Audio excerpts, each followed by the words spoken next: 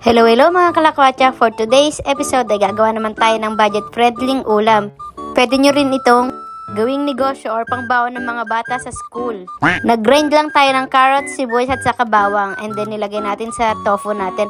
Yung tofu nga pala ay 30 NT lang yan dito sa Taiwan. Nilagyan din natin siya ng fry mix at saka ng 5 spices at saka ng konting asin and then nilagyan din natin siya ng itlog. So ayan, tapos na natin siyang haluin at inilagay natin sa plastic.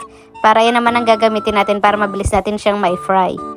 Nagpainit tayo ng mantika, then pag mainit na, pwede na natin siyang ilagay. Yan, kung nakita nyo, maganda yung pagkakaano dahil nakalagay siya sa plastic. Yan, antayin nyo lang siyang mag golden brown, then that's it. Repeat the process lang guys. So, para makuha nyo yung tamang consistency ng pagpiprito niya. Gagawa naman tayo ng dipping sauce niya. Mayonnaise at saka nalagyan natin siya ng ketchup at saka konting paminta. After that, meron din tayong sweet and spicy na sauce niya. Kung preferred nyo naman ang toyo na may suka, pwede rin para pang ulam. Yan. Wow! Oh, diba? Oh, talagang mapaparami ka ng kain. Oh, napakasarap. Tofu finger in the house. Bye!